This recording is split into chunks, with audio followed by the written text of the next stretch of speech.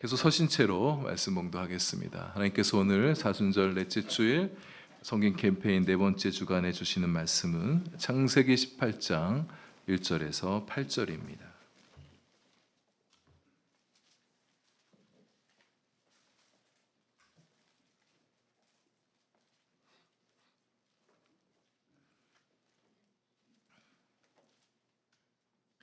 창세기 18장 1절에서 8절까지의 말씀을 저와 여러분 한 절씩 교독합니다.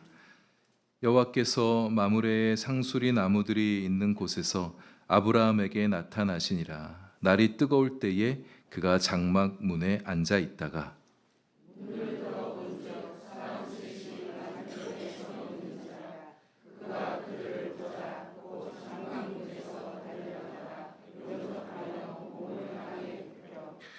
이르되 내 주여 내가 주께 은혜를 입었사오면 원하건대 종을 떠나 지나가지 마시옵고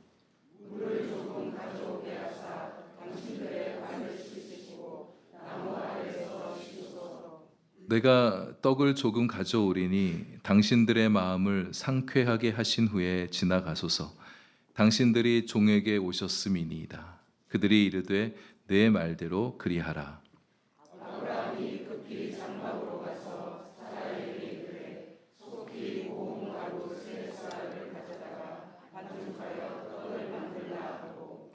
아브라함이 또 가축대 있는 곳으로 달려가서 기름지고 좋은 송아지를 잡아 하인에게 주니 그가 급히 요리한지라.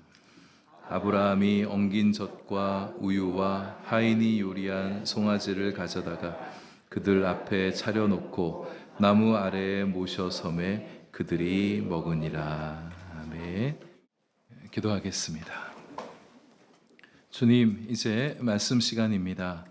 말씀의 생명과 지혜와 능력 우리 안에 들어오게 하시고 때로는 묵직하게 또 예리한 검처럼 들려오는 말씀도 잘 받아들일 수 있게 해 주옵소서. 우리 존재와 신앙과 삶이 말씀으로 인해 새로워지며 깊어지며 넓어지며 커져가게 하여 주옵소서. 예수님 이름으로 기도합니다. 아멘. 섬김 캠페인 4주차입니다. 여러분 섬김을 실천하시면서 어떤 마음이 섬기며 살아가는 삶이 여러분에게 어떻게 다가오시는지 모르겠습니다. 은혜롭게 섬기는 게 참 은혜로운 거구나 이런 마음이 드시는지, 아니면 나름 재미가 있다 뭐 이런 마음도 드시는지, 아니면 섬기는 마음 한켠에 내 마음도 좀 따뜻하고 좀 뿌듯한 마음도 들고는 있지 않은지 모르시겠습니다.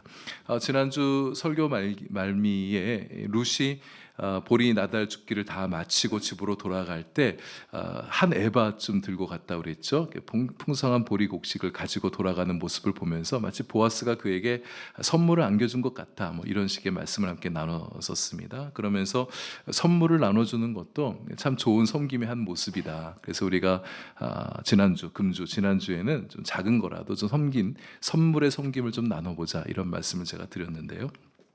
저도 선물을 나누는 섬김을 좀 실천해야겠구나 이런 마음을 가지고 있던 터의 주중에 저에게 한 8년 전쯤에 어떤 한 분이 화가신데요, 자신이 그렸던 작품 중에 저에게, 사실 제가 이제 한마음교회 담임 목사 부임해 올 때 저에게 선물로 하나 좀 주신 그림이 하나 있었어요.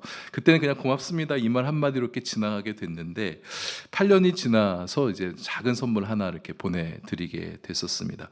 근데 갑자기 선물을 드리려고 하다 보니까 좀 그분이 받으신 분도 좀 느닷없이 좀 느껴질 것 같고, 8년 동안 한 번은 연락이 없다가 그걸 받게 되어질 때 좀 당황스럽지 않을까 이런 마음도 들고, 또 저도 뭐 8년 만에 이렇게 선물을 보내려고 하니까 좀 쑥스러운 마음이 드는 거예요. 그래도 제가 또 섬김 캠페인 이렇게 말도 했는데 저도 실천해야 되지 않겠습니까? 그래서 용기를 내서 이렇게 선물을 보내드리면서 제가 뭐라고 그랬냐면, 우리 교회가 사순절 기간에 섬김 캠페인을 하는데 그래서 제가 이렇게 선물을 보냅니다 이렇게 얘기한 거예요. 그러니까 조금 마음의 쑥스러움이 좀 덜어지더라고요. 그러면서 드는 생각이 뭐였냐면, 제가 제자 훈련하면서 우리 훈련받는 분들에게 뭐 사랑의 섬김의 실천, 뭐 편지 쓰기, 뭐 섬김의 여러 가지 실천을 하실 때 제자 훈련 숙제라서 이렇게 한다 이런 말 좀 제발 하지 말아라. 그냥 섬기는 마음으로 한다 이래야 받는 사람이 감동이 되지. 왜 제자 훈련 숙제를 한단 말을 꼭 붙여가지고 그렇게 과제를 하냐, 제가 뭐라고 그랬거든요. 근데 그게 쑥스러워서 그러셨구나 이런 마음이 드는 거예요. 저 자신도 똑같이 그렇게 한 모습을 보면서, 그래서 제가 먼저 사과부터 좀 드리고 말씀을 좀 이어가 보려고 합니다. 선물을 받으시고 문자를 보내오셨는데 너무 깜짝 놀랐대요. 깜짝 놀라겠죠. 8년 만에 선물을 받았으니. 그러면서 그냥 자신의 그림 봐주는 것만으로도 고마웠는데 이렇게 또 선물까지 주시니까 마음이 참 좋습니다. 뭐 이런 식의 답신이 문자가 왔습니다. 선물한 기쁨도 좋은데 선물도 즐겁게 받아주니까 마음의 기쁨이 2배가 되는 것 같아요. 선물은 주는 기쁨이 있고 또 받는 기쁨이 다 있죠. 특별히 예상치 못한 선물을 받게 되어질 때 받게 되는 마음의 감동과 여운이 있습니다. 한번 좀 해보시면 좋겠어요. 평소에 자주 선물하던 분에게 말고 좀 느닷없지만 한번 이렇게 선물을 좀 보내보는 거예요. 뭐 큰 것 뭐 할 거 있겠습니까? 그냥 작은 거라도 음식 만드는 거 좋아하시는 분이라면 음식 만들어서 조금 나눠주는 것도 좋은 선물이 되겠고, 어디 여행 가셔서 뭐 선물 또 좋은 거 있으면 또 사오셔서 이렇게 작은 거라도 선물 주시는 것도 좋고, 비타민 병 하나 음료수 하나 딱 쓱 내밀어 주셔도 좋고, 또 글 잘 쓰신 분 계시면, 글 쓰는 거 좋아하는 분 계시면 편지 써서 보내주는 것도 좋은 섬김의 선물이 되어지리라 믿습니다. 오늘은 아브라함의 섬김을 나눠보려고 하는데요. 아브라함은 믿음의 조상이죠. 그리고 순종의 대가였습니다. 여러분, 순종하다가 순종이 참 힘들게 느껴지게 될 때는 아브라함을 좀 묵상해 보세요. 순종하고 싶은 마음이 다시 일어나게 되어질 것입니다. 우리는 아브라함에게서 그의 영적 여정에서 배울 것들이 참 많이 있어요. 특별히 아브라함의 신앙의 삶에서 이 섬김도 배울 점이 참 많이 있는데요. 아브라함이 마므레의 상수리 나무들이 있는 곳에서 거주하고 있을 때였습니다. 창세기 13장 18절에 보면 아브라함과 롯이 헤어지는 장면이 있잖아요. 헤어지고서 롯은 소돔성 풍요의 땅을 찾아갔고, 아브라함이 그때 헤어지고 나서 와서 거주하게 된 곳이 바로 이 마므레 상수리 숲풀이었었습니다. 근데 이것은 임시 거주지예요. 롯은 자기 땅을, 자기 소유지를 찾아서 갔는데, 이 아브라함은 자기 소유지가 없습니다. 가나안 땅에서 자기 땅이 아직 없어요. 임시 거주지일 뿐입니다. 근데 그곳에서, 이 마므리 상수리 숲풀에서 매우 매우 중요한 만남을 경험하게 되어지죠. 그래서 큰 축복을 받은 곳이 되어집니다. 하나님께서 그를 만나 주셨어요. 마므리 상수리 숲풀은 그저 평범하고 소박한 곳일 수 있지만 그곳이 거룩한 땅이 된 거예요. 거룩한 땅, 거룩한 곳이 됐다. 여러분, 거룩한 곳은 어떤 특별한 어떤 장소가 있는 게 아닙니다. 내가 있는 그곳에서 하나님께 예배가 드려지고 하나님과의 만남이 있어지게 되고 자신의 인생의 새로운 비전과 소명과 의미가 열리게 되어진 곳이라면 그것은 특별한 곳이라고 말할 수 있는 거예요. 나의 집에 13평, 20평 작은 공간, 작은 장막이라 할지라도 그곳에서 거룩한 주님과의 만남이 일어나게 되어지면 그것은 거룩한 곳, 영광스러운 곳, 위대한 곳이 되어질 수 있는 겁니다. 날이 뜨거울 때 그 햇볕이 강하게 내리쬐는 대낮이었습니다. 옛날 여러분 보셨던 개역 한글판 성경에는 정오즈음 이렇게 표현하고 있거든요. 햇볕이 가장 뜨거울 때를 말하는 겁니다. 이런 시간에는 일을 할 수가 없습니다. 그래서 더운 나라에서는 스페인에서 유래된 말이죠. 시에스타라는 풍습이 있잖아요. 날이 너무 더우니까 너무 뜨거워서 일을 할 수가 없는 겁니다. 그래서 이때는 일을 멈추고 좀 낮잠도 자고 쉬는 그런 시간들을 갖곤 했는데요. 중동 문화권에서도, 이스라엘이나 아랍권에서도 그런 문화가 있는데 이를 일컬어 카일룰라 이렇게 말하곤 합니다. 아브라함이 날이 너무 더워서 장막문 그늘진 곳에서 쉬고 있었어요. 근데 그때 그의 시야에 낯선 세 사람이 눈에 들어오게 됐어요. 눈을 들어 본즉 맞은편에 사람 셋이 서 있는 것을 보게 된 것입니다. 아브라함이 너무 더워서 앉아서 꾸벅꾸벅 졸다가 탁 이렇게 눈을 떠서 탁 보게 된 게 아닌가, 이렇게 학자들도 많이 얘기들 하고 있는데요. 만약 계속 앞을 주시하고 있었으면 그 세 사람이 자기 장막 쪽으로 오는 것이 보였을 테니까 오고 있는 것을 본지라 이렇게 표현할 텐데, 서 있는 것을 봤다 이렇게 얘기한 것은 다른 거 하다가 고개 숙이고 있다든지, 혹은 졸다가 아니라 갑작스럽게 나타날 수도 있죠. 이 세 분이 비범한 분이거든요. 갑자기 쫙 이렇게 나타날 수도 물론 있습니다. 어쨌든 아브라함에게 이 세 사람이 아브라함의 눈에 들어왔을 때는 그들이 맞은편에 서서 아브라함이 자신들을 마중해 줄 것을 기다리고 있는 상황인 거예요. 이들의 돌연한 출현은 이들이 범상한 존재가 아니라는 것을 말해줍니다. 왜냐하면 가장 낮이 뜨거울 땐 사람들이 안 움직이거든요. 카일 룰라 시에스타를 해야 되는 거예요. 근데 나그네들도 날이 너무 더우면 여행하다가 멈추거든요. 근데 이 세 사람은 날이 가장 뜨거울 때 아브라함 장막을 찾아온 거예요. 일반 평범한 나그네가 아니라는 것을 말해주는 거죠. 이때 아브라함이 보여준 행동이 인상적입니다. 그들을 보자 벌떡 일어나 달려가서 허리를 굽혀 그들을 영접해줬다. 이렇게 얘기하세요. 여러분, 갑자기 인기척 없이 누가 막 찾아오게 되면 일단 경계심 같은 게 생기지 않습니까? 게다가 마치 자기를 환영하라는 듯이 딱 서가지고 뭐 자기들 맞이해라 이런 식의 포즈로 서 있게 되어지면 불쾌한 마음이 들 수 있고 에라 모르겠다 장막 안으로 그냥 들어가 버릴 수도 있잖아요. 근데 아브라함은 그렇게 하지 않습니다. 그가 족장임에도 불구하고 친히 나서서 그들을 환대하고 정중하게 모시는 것을 보게 되어집니다. 아브라함이 대단한 족장입니다. 왜냐하면 그의 집에 롯을 구출하러 나올 때 집에서 길리운 병사 318명을 데리고 갔대요. 자기 집에 최소 종이 318명이나 되는 거예요. 어마어마한 많은 종을 가진 부유한 족장이었단 말입니다. 근데 그가 나가서 정중하게 손님을 맞이했다. 물론 고대 히브리인들에게는 나그네 환대를 무척이나 중요한 미덕으로 여기는 풍습, 관습들이 있었습니다. 그런 문화가 있었어요. 사막이나 광야 같은 데를 지나다 보게 되어지면 어디 쉬는 게 자유롭지 못합니다. 뭐 먹을 것이라도 쉽게 구할 수 있겠습니까? 그 나그네에게는 안전이 제일 중요하잖아요. 막 이렇게 다니다 보면 맹수나 강도의 유혹을 받을 수도 있단 말이에요. 그래서 나그네를 잘 영접해서 보호해주는 문화가 이 중동 문화권에서는 잘 발달이 되어 온 것입니다. 그 나그네를 잘 환대해주는 것 명예스러운 일이고 참 존경받는, 누가 그렇게 했다? 참 존경받는 그런 풍습으로 자리를 잡아왔던 겁니다. 또 나그네를 잘 대접해야 나도 나그네 신세가 될 때가 있잖아요. 어딘가 방문했을 때 누가 나도 잘 환대해 주겠지, 뭐 이런 기대를 가질 수 있게 되어지고요. 또 이 유대인들에게 어떤 마음들이 있었냐면 누군가를 환대해 줄 때 그분이 환대해 줬던 그 사람이 천사일 수도 있다는 그런 믿음이 있었던 거예요. 그래서 히브리서 13장 2절에도 그런 관습을 전해주는 표현이 있습니다. 손님 대접하기를 잊지 말아라. 이로써 부지 중에 천사들을 대접한 이들도 있느니라. 아브라함이 딱 그런 케이스잖아요. 천사들이 손님의 모습으로 나타나는 경우가 있는 거예요. 하나님께서 보내신 천사들이 사람의 모습을 가지고 올 수가 있다. 그들을 접대하는 것은 하나님을 대접하는 일이 되어지니까 큰 축복을 받을 수 있으니 나그네들 혹시 천사일 수도 있으니까 잘 대접하자, 그런 마음들이 있었다는 거예요. 이런 문화, 이런 풍습, 이런 생각, 이런 믿음이 아브라함에게 있었다 하더라도 아브라함이 직접 나설 필요는 없는 거예요. 종들 시켜서 대접할 수도 있는 거거든요. 게다가 낮이 더운데, 너무 더운데 사람들 대접하려면 귀찮고 번거로운 마음이 들 수가 있습니다. 친절하고 싹싹하게 대하기가 쉽지 않죠. 근데 아브라함은 그렇게 하지 않아요. 물론 이들이 특별한 존재이기도 했습니다. 나중에 밝혀지지만 한 분은 하나님이셨고 두 명은 하나님이 데리고 온 천사였었습니다. 근데 아브라함이 이들을 처음 봤을 때 하나님이구나, 천사구나, 그렇게 생각했던 게 아니었어요. 뭔가 특별한 사람인 줄 알고 그렇게 환대해 줬던 게 아닙니다. 여러분, 우리가 누군가를 환대할 때 저 사람은 좀 특별한 사람이니까 잘해야지, 저 사람은 뭐 별 볼 일 없는 사람이니까 대충, 우리 이런 마음 갖고 섬기면 안 되잖아요.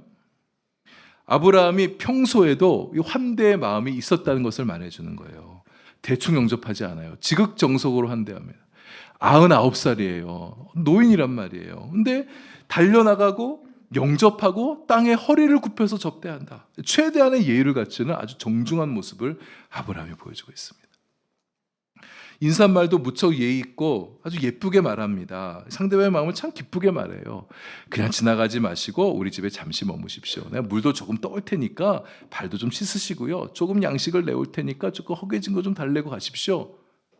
그리고 말하는 거 보세요. 기운 내신 후에 당신들의 마음을 상쾌하게 하신 후에 그 다음에 가던 길 가십시오. 이렇게 말해주고 있는 거예요. 크게 부담을 주는 말이 아니잖아요. 나그네 입장에서도 과한 대접을 받게 되어지면 마음에 좀 부담이 들지 않겠습니까? 물이 얼마나 중동 귀합니까? 그 귀한데 물 조금 그냥 드릴 테니까 발 씻고 가세요. 우리가 평상시 먹는 음식 중에 조금 내올 테니까 음식 드시고 가세요. 뭐 이렇게 대접해주면 부담 없이 대접을 잘 받아들일 수 있지 않겠습니까? 말도 얼마나 이쁜지 마음을 상쾌하게 하신 후에 가십시오. 당신들 기분 좋아지시거들랑 가십시오. 편안하잖아요. 부담 없잖아요. 여러분, 섬김은 이런 것 아니겠습니까? 부담을 안겨주지 않으면서도 상대방의 마음을 기분 좋게 해주는 거. 섬김이 과하면 부담이 되죠. 상대방이 부담을 덜 느끼는 수준에서 섬김을 받을 때 섬겨주는 사람이나 섬김받는 사람이나 편안한 마음으로 부담 없이 섬겨줄 수가 있을까? 모두에게 기쁨과 감사가 되어지겠죠. 과한 환대는 부담이 되잖아요. 특히 우리 현대인들이 갖고 있는 이 미덕이 남에게 패 끼치지 말자, 민폐 끼치지 말자. 이게 우리 현대인들이 가지고 있는 하나의 중요한 미덕으로 자리 잡아가고 있지 않습니까? 과한 환대는 부담이 됩니다. 과한 섬김은 마음을 상쾌하게 하는 게 아니라 도리어 불쾌하게 할 수가 있어요. 막 무슨 꿍꿍이가 있어서 나에게 접근하는 것은 아닌가? 이런 생각 들 수도 있겠고, 성별이 다르면 오해도 할 수 있겠죠.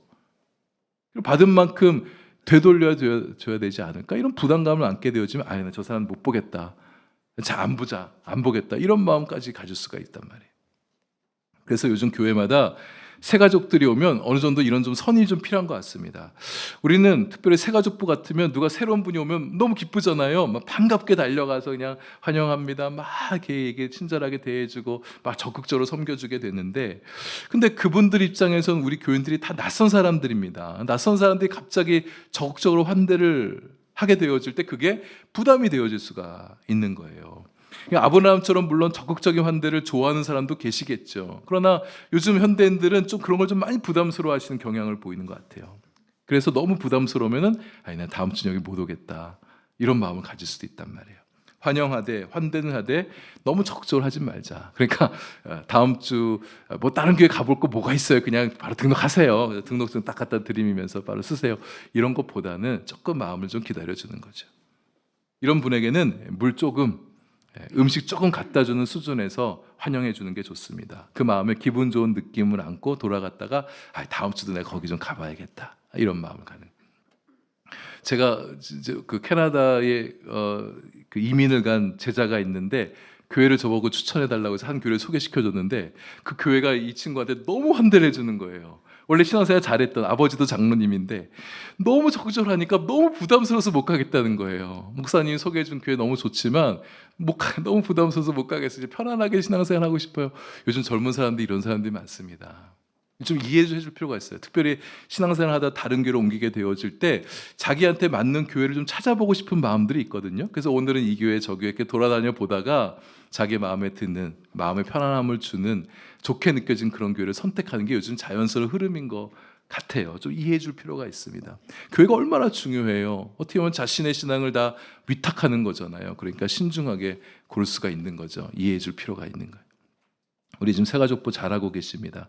마음을 상쾌하게 할 정도로 그렇게 환대해 주시고, 이제 어느 정도 시간이 지나면서 마음이 좀 더 가까워진 것 같다, 나도 이 교회의 한 가족이 되면 좋겠다라는 마음을 가진 것처럼 느껴지게 될 때 그때 등록하십시오. 그러면 고맙게 느껴지는 거예요. 나를 좀 존중해 주고 나에게 적극적으로 이제 등록할 수 있도록 권유해 준 것이 고마운 마음이 들게 되어질 겁니다. 우리가 누군가를 섬길 때 상대방의 마음을 상쾌하게 기분 좋게 해주는 섬김을 하면 좋겠습니다. 그래서 배우자의 마음에 내가 어떻게 하면 기쁨을 줄 수 있을까? 우리 배우자가, 여러분의 남편이, 여러분의 아내가 뭐 큰 거 바라는 거 아니잖아요. 그냥 작은 거라도 마음을 기쁘게 해주는. 우리 아이들에게 어떻게 말하면, 어떤 행동을 하면 우리 아이들이 기분이 좋아지게 될까? 뭐 교회 지체들이든 친구들이든 직장 동료들이든 내가 어떻게 말하고 어떻게 행동할 때 그가 마음이 좀 좋아질까, 뭐 이런 마음으로 섬겨주는 거죠. 전도 대상자도 마찬가지입니다. 누군가 기분 좋아하는 얼굴을 가진 것을 보게 되어지면 내 마음도 덩달아서 내 얼굴도 기분 좋아지지 않겠어요? 근데 아브라함이 이렇게 말은 참 겸손하게 했는데요, 실제 보면 매우 크게 대접합니다. 나그네들의 마음에 부담 갖지 말라고 내가 조금 물 내올게요, 조금 음식 줄게요, 말은 이렇게 했는데 실제는 융숭한 대접을 해요. 근데 이미 말로는 부담을 덜어내는 말을 이미 했기 때문에 이제 어느 정도 마음이 나그네들이 내려놓아진 상태예요. 그리고 이제는 기대하지 않았던 대접을 보게 되어지면, 정성 어린 대접을 보게 되어지면 이제 그 마음이 부담이 아니라 감동으로 다가오게 되어집니다. 아브라함이 손수 이리저리 뛰어다니면서 손님 대접할 음식을 준비하죠. 아내 사라에게 가서 곡식 빵 만들라고 얘기합니다. 아내가 빵 잘 만드는 베이커 수준의 요리사였나? 빵 맡기죠. 만들라고 그러죠. 고운 가루 세 스아를 반죽하도록 갖다 줍니다. 고운 가루, 좋은 거 갖다 줬다는 거예요. 좋은 빵 만들어 보자는 거죠. 그리고 세 스아는 약 22리터랍니다. 굉장히 많아요. 그러니까 좋은 빵 많이 드시고 넉넉히 드시라고, 모자람 없이 드시라고 갖다 준 거예요. 도시락을 좀 싸주려고 그렇게 했는지도 모르겠어요. 또 가축대 있는 곳으로 달려가서 기름지고 좋은 송아지를 잡습니다. 이제 곧 임종을 앞둔 소 잡은 게 아니라 송아지, 아주 맛있게 먹을 수 있는 송아지를 잡아다가 대접하는 거예요. 셰프 하인에게 갖다 주면서 요리하라고. 엉긴 젖과 우유도 챙겨줍니다. 엉긴 젖을 버터라고 번역하는 성경도 있고, 엉긴 젖을 옛날 고대식의 발효 유제품으로 보기도 합니다. 그래서 요거트라, 이렇게 요거트 비스무리한 거로 보기도 합니다. 그래서 이런 것도 챙겨와서 목매이지 않도록 마시면서 이렇게 좋은 영양분 가진 음식들을 내오게 된 거예요. 할 수 있는 한 최선을 다해 환대. 예의만 차리고 형식적인 접대하지 않습니다. 이 나그네들이 최고의 접대를 받았다고 여겨질 만큼 상차림을 해오는 거예요. 그럼 우리도 누군가를 대접할 때 이왕이면 이렇게 잘 접대하면 좋겠다. 아브라함처럼 이렇게 잔치상 그렇게 대접하는 게 아니라 형식적으로 섬기는 게 아니구나. 마지못해 하는 게 아니구나. 이 대접받는 사람이 푸대접받는다는 느낌을 받으면서 대접받으면서도 기분이 별로 안 좋아질 수 있어요. 나한테 이렇게 정성스럽게 대접해 주는 거, 이런 마음을 가지게 되면 사람을 얻게 되어집니다. 여러분, 누군가를 잘 대접해서 그 사람의 마음을 얻게 되어지게 되면 이것보다 더 좋은 섬김이 어디 있겠어요? 대접할 만하잖아요. 대접하면서도 인색하게 하면 오히려 마음을 잃어버릴 수가 있습니다. 사업하는 분들도 좋은 식사 대접을 비즈니스의 지혜로 여기는 분들이 많이 있으시다고들 그래요. 실제로 많은 CEO들이 협상을 앞두고는 식사 시간을 먼저 만든대요. 밥 먼저 먹고 나면 마음이 좀 부드러워지는 거죠. 비즈니스 디너를 무척 중요하게 여긴다며, 사람은요, 음식을 같이 먹게 되어지면 그 사람에 대해서 좀 친근하게 느끼는 경향이 있습니다. 뇌과학자들 얘기가 다는 그렇게 주장하지 않지만 음식을 같이 먹으면 이 사람은 내 편이라는 인식을 뇌파로 전달한다, 이렇게 얘기하는 분들도 있으세요. 식사는 전도에도 적용될 수 있습니다. 이스라엘 문화권에서 선교하는 어떤 선교사님이 계셨는데, 이렇게 한국에서 하듯이 막 나가서 전도하는데 사람들이 반응을 하지 않는 거예요. 그래서 마음의 좌절감을 겪다가 사람들을 자신의 집에 초대하기 시작했습니다. 집에 불러다가 음식들 만들어서 막 대접하고 밥 먹고 차도 마시면서 그렇게 하다 보니까 이 무슬림들이 서서히 마음을 열더라는 거예요. 그래서 이 선교사님은 우리와 친근하게 대해주는 그런 마음들을 가지게 됐다는 거예요. 그래서 언젠가 이 선교사가 이런 말을 남겼답니다. 그들의 마음의 문은 설교로 열린 것이 아니라 식탁으로 열렸다. 이런 말을 남겼답니다.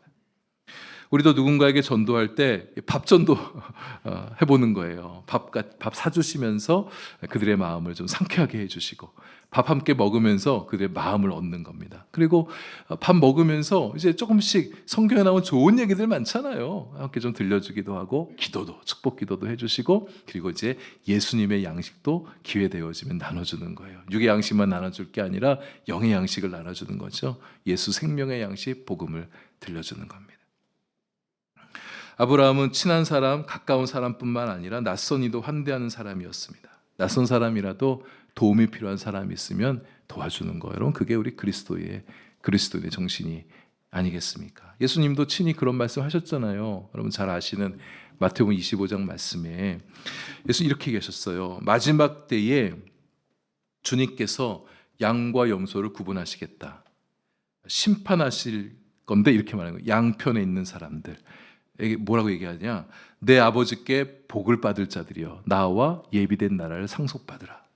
너희들은 내가 줄일 때에 먹을 것을 주었고, 내가 목마를 때 마실 것을 주었고, 내가 헐벗을 때 입을 것을 주었고, 내가 나그네로 있을 때 영접해 주었고, 내가 병들었을 때 나를 돌봐줬다.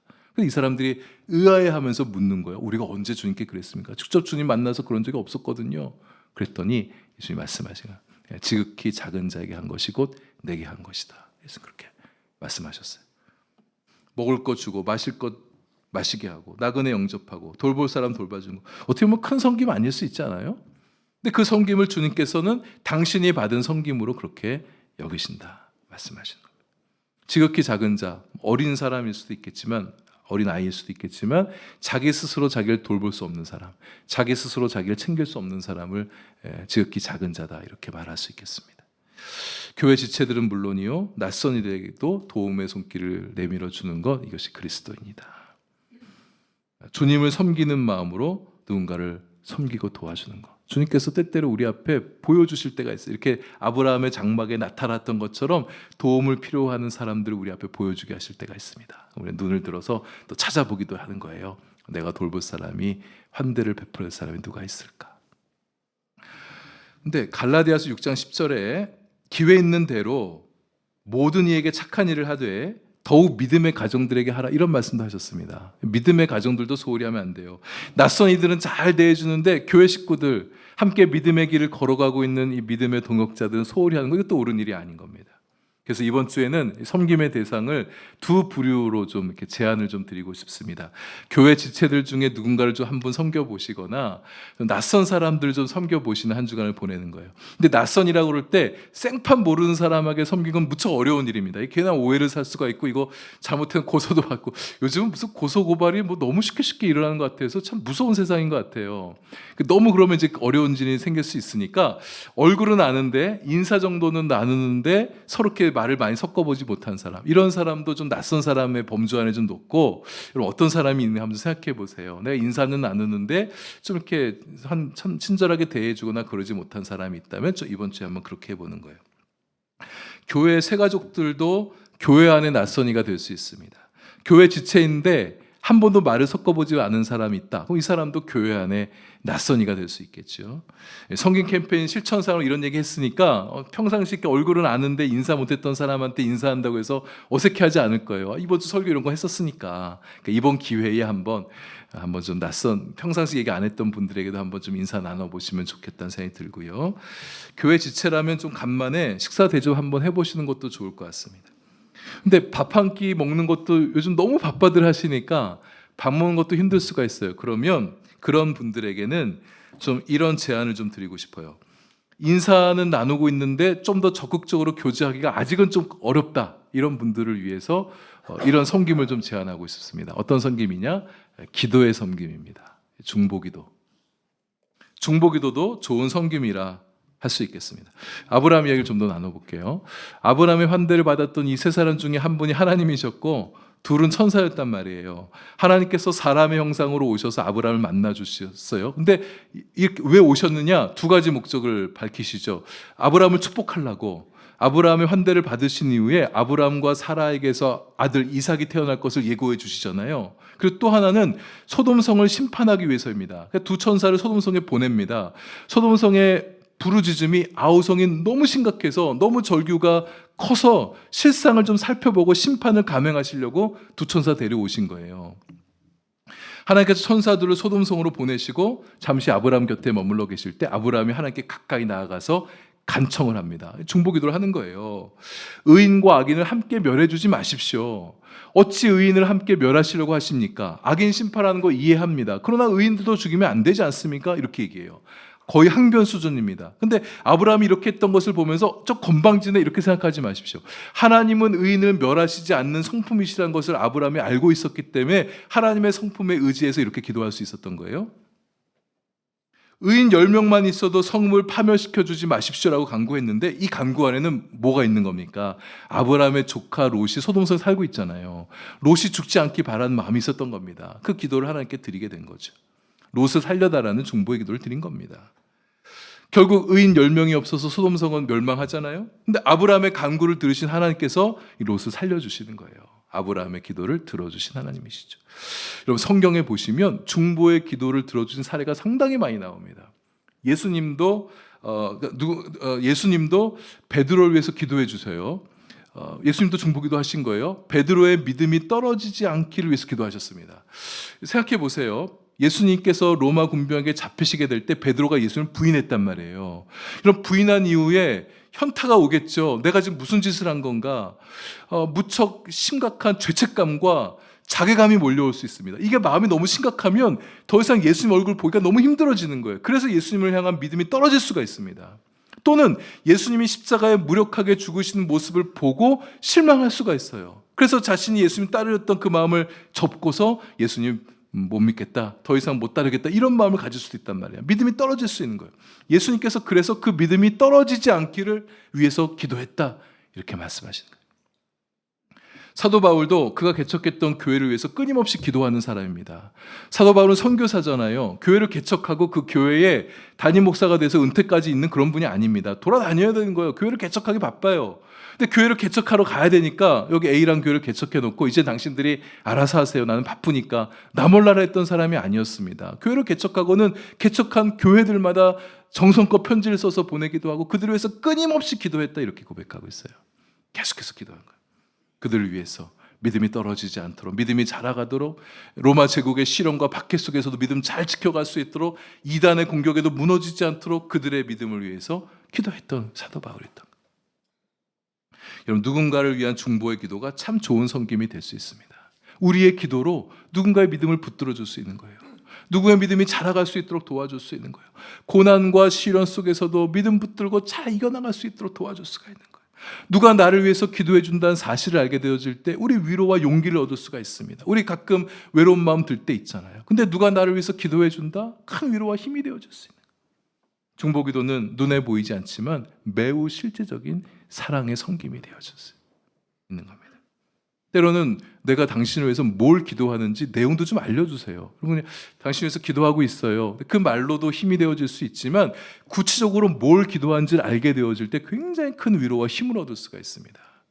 제가 이렇게 좀 지내오다가 조금 힘든 적이 있었어요. 좀 개인적인 일로 힘들 때 저희 친구가 저를 위해서 21일 동안, 다니엘이 3주 동안 3일에 기도했던 것처럼 저를 위해서 3주 동안 매일같이 기도해 주면서 자신이 기도했던 내용을 뭘 기도했는지를 다 써서 보내준 거예요.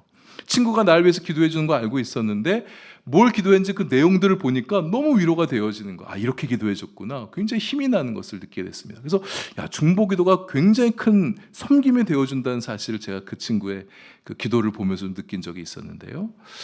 우리 성도님들도 마찬가지죠. 저를 위해서 기도해 주시니까 제가 7년 남짓 목회를 나름 잘 해올 수 있었던 것 같습니다. 이런 목회자는 성도의 기도를 먹고 힘을 내면서 목회할 수 있습니다.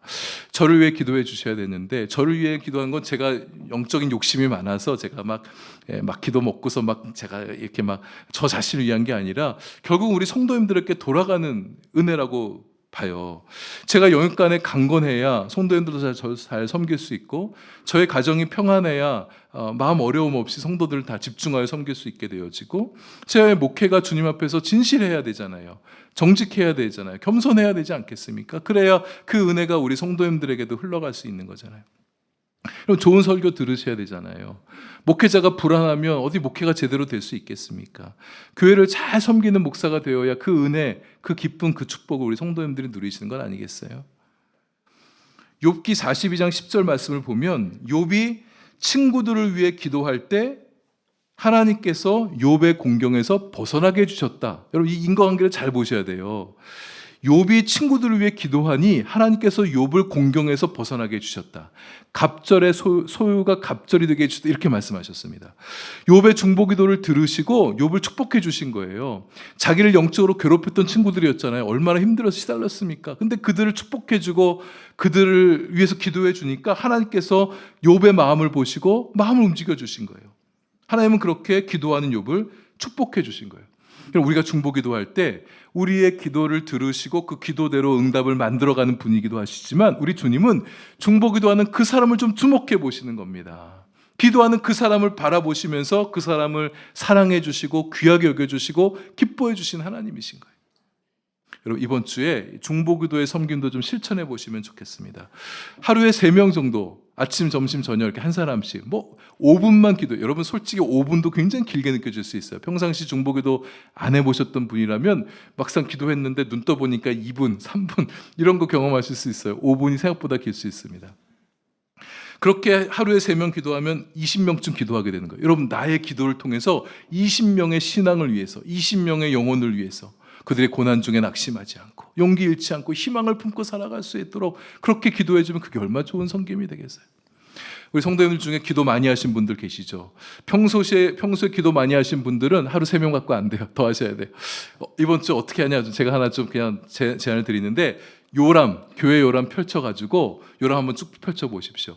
평상시 그냥 기도 속에서 생각만 하다 보면 떠오르는 사람만 기도하게 되어져요. 근데 요람에 있는 나와 이름들 보시면서 평상시 기도 안 했던 분들의 이름을 붙들고 좀 기도해 주시기 바랍니다. 그래서 한 5명씩만 기도해 주시면 일주일이면 35명이고, 그러면 이번 고난주간까지 포함해 이제 사순절이 3주 남았거든요.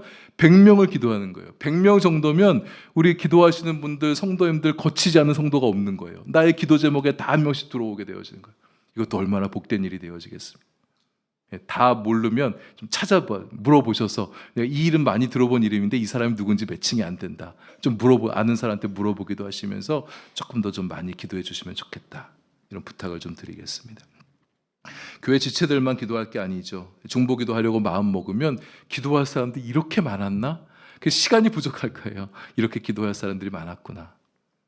이번 주 성김 캠페인 제가 말씀드리며 제안하는 실천 사항은 식사 대접하기, 또 친하지 않는 이들에게도 환대해주기, 밝게 대해주기, 또 중보기도하기.